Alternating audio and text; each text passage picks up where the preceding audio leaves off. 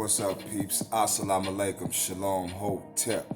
Power to my people that scattered all on the four corners of this planet we call Earth. This is your boy, Musa Azakar, bringing you that heat straight out the kitchen, straight to your device. Just hit that like button, share, and subscribe. Hit that notification icon, you'll be notified every time I drop any type of content or bring any type of audio. You know me.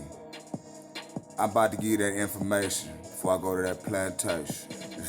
It is what it is. It's like PBS for grown folk.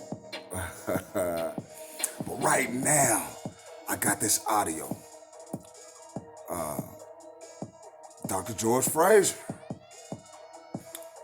Man, my man is dropping them bombs, you hear me?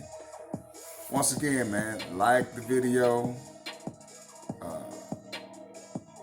That way I could be circulated in the algorithm.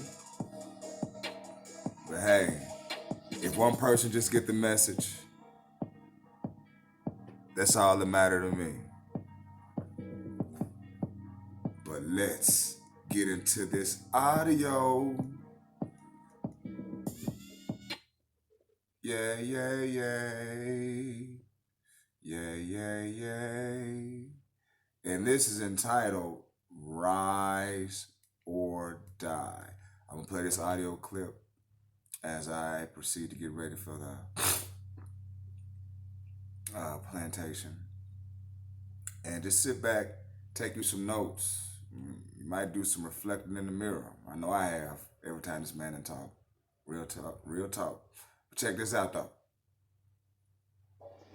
We must socially isolate and ostracize those in our culture that do not give back to their own people. We don't have a whole lot of brothers who could write a check for $40 million and have anything left over. And then most of our athletes end up broke. And only a handful of them, we know who they are doing it. They go through millions, hundreds of millions of dollars. They give nothing back to their own people. And we allow that. That's okay. So as long as it's okay with us, it's going to be okay with them. So we must fix that. That's a consciousness. The third one, this is a tough one. We must coalesce around our vision and not just our pain.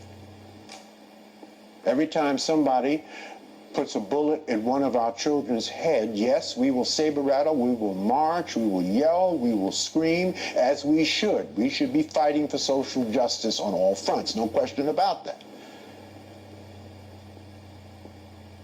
But try to organize black people around economic development, wealth creation, starting and building new businesses. Call for a march on that. Call for recycling black dollars. Call for boycotting businesses that do not support us. I don't know what BMW does for black people. I'll be honest with you, I don't know what BMW does. Now, maybe they do something, but I don't know what it is. Right? But black people buy more BMWs than any culture in America. And I don't know what they do. I don't see them at black conferences. I don't see their ads in black newspapers. I don't hear their ads on black radio. You ever hear a BMW ad on a black radio station? Oh, no. You go to BMW and ask them for advertising or event or sponsorship support. They say, oh, no, no, no. We don't support those things. We can reach black people through general market, and they're going to buy our cars anyway, whether we advertise to them or not. I know what Toyota does. I know what Ford does. I know what General Motors does. I know what Chrysler does, but I don't know what BMW does. But we buy more BMWs. Consciousness. Consciousness. Stop buying BMWs, y'all, and see what BMW would start doing in terms of investing in the things that are important to you. But we will not coalesce around that. That's a power. That's power that we have that we do not use. Shame on us. Finally, I talked about it already. We have to connect the dots. We must leverage our collective resources and intellectual capital.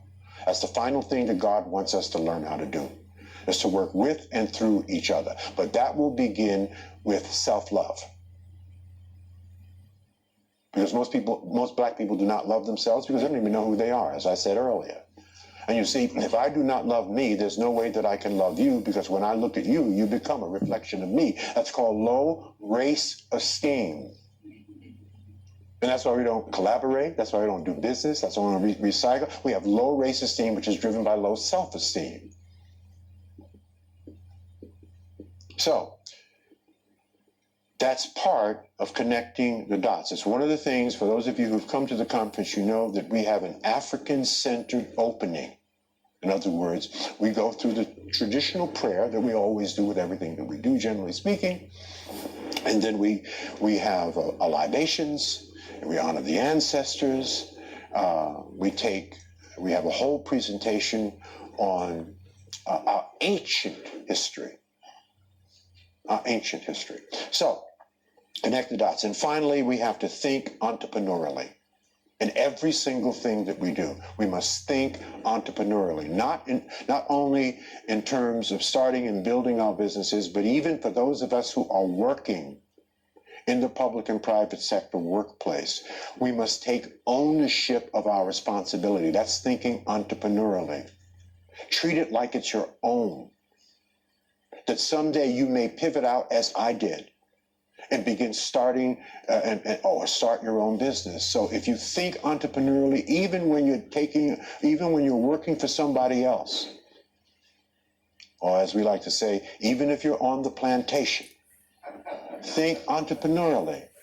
What can you learn? How are they doing this business? What is the business model? What is my role and responsibility in this business model? And then you take that knowledge. Is what I did with Procter & Gamble. It's what I did with United Way. It's what I did with the Ford Motor Company. I took that knowledge back to my own community, started my own business, and began teaching what I learned at the feet of masters. Wow. That is some great information, man. Very, very informative. I'm gonna leave a link in the description box. Make sure you peep out the content and like the video, share and subscribe. And like you said, if you want that plantation, still try to think entrepreneurially. Real talk. Peace and a bottle of high grease, people.